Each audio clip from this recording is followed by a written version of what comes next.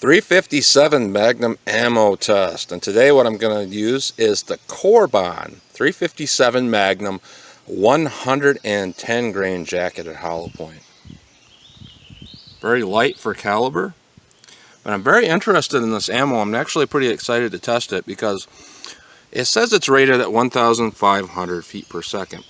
However, if you look at Lucky Gunner's testing and their velocity, they actually have it closer to about 1,400 feet per second out of a 4-inch barrel, and about lower to mid 1,300 feet per second out of the 2-inch barrel. So that tells me a lot off the bat.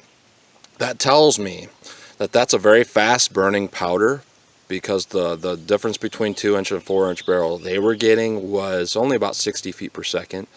That also tells me that it's not a lot of powder, because they are not getting that much velocity for how light that bullet is. So it makes it very exciting for me, because that tells me that's going to be a very good snub nose load. Very fast burning powder, very efficient, and also a very light projectile. So 110 grains, that'll also reduce your felt recoil. So I'm expecting this to be a really great snub nose load. So we're going to go through the chronograph and we're going to see what kind of accuracy we're going to get at the same time. And as always, we're going to go through the Juggernaut box, which is 4 layers of denim followed by 1 3/4 inches of balonies to simulate flesh, followed by 3/8 inch particle board to simulate sternum or ribs, and then to water jugs. So let's get started with the test and see what we get. All right, first up, we're going to run the velocity and accuracy with a 4-inch barrel. Muzzle is about 4 yards from the target, so we'll see what kind of velocity and accuracy we get with this in the 4-inch barrel.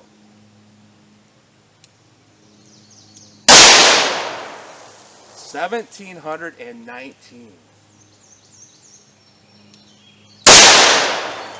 1712. 1697. 1727. 1690. And I fully believe that velocity because the recoil felt about like what it should feel like for something like that with a 110 grain out of this 39 ounce Smith & Wesson. Very powerful load, a lot more than what I was expecting. Now let's try it through the snub nose barrel. Alright, I'm actually going to go single action on this. The recoil felt a little bit more than what I was comfortable with even in the 4-inch barrel. So just to be sure I don't shoot my chronograph or something like that from anticipating recoil, I'm going to go single action in the snub nose. And by the way, this gun weighs 21.5 ounces, not 24 like listed by Taurus.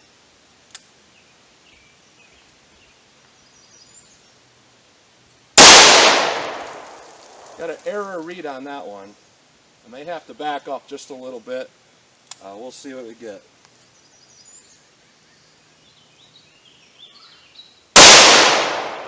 $14.36. 14.68.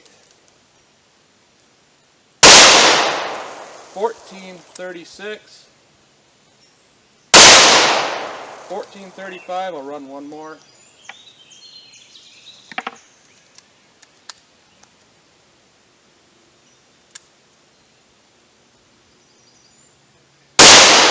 14.93.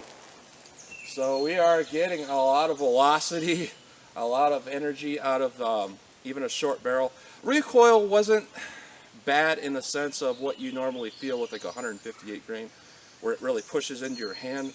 But that recoil, where it's powder recoil, where it really just jumps from powder, is pretty high. So it's not unbearable, but it's enough to feel a little bit less than confident with in this snub nose revolver. Now let's see what we get with the baloney through the 4-inch barrel and then through the 2-inch barrel. See what kind of damage we get.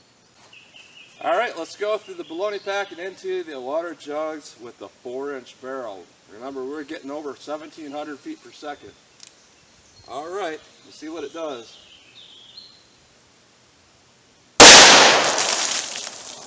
And as expected, the baloney's gone. That's what I was thinking would happen. This is all that there is left. It's hard to judge this. Let's see what we got in water jugs.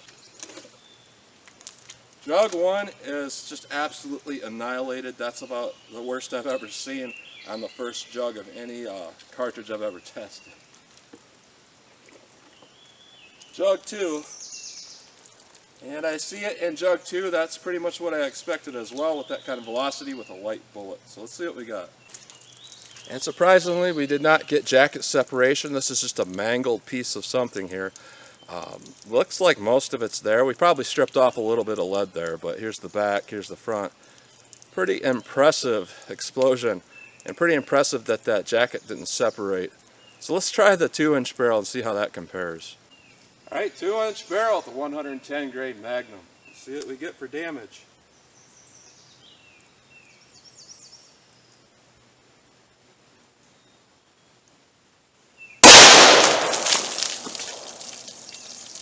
Alright, that first jug is messed up pretty bad.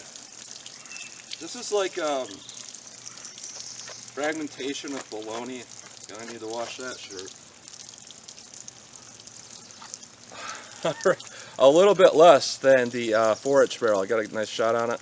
However, that is pretty darn bad. That's worse than what I see with a lot of Magnum rounds through even a 4-inch barrel. First jug is just mangled. Mangled. Jug 2 has a hole out the back.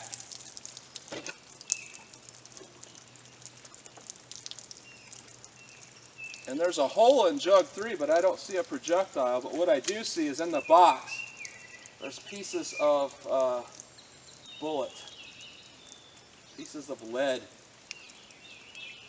pieces of jacket.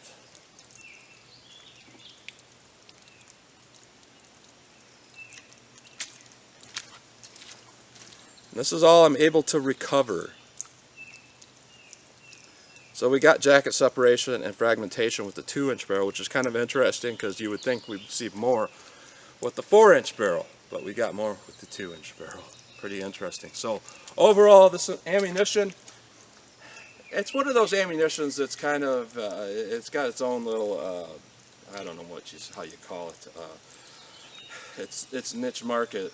It's not particularly a good ammunition as far as what I'm seeing here. It's extraordinarily powerful when it comes to what it first impacts. But beyond that, not so much. So I would see it as being like a good varmint round, something like that.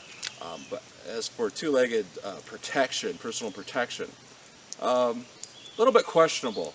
I think it would do the job, but it's just quite fast for how heavy the bullet weight is. I would be cautious of using that and relying on it for personal protection because of that velocity and the low bullet weight. But it's certainly powerful. So that's what you get with the 110 grain 357 Magnum Corbon. So as always, comment, share, and like, and thanks for watching.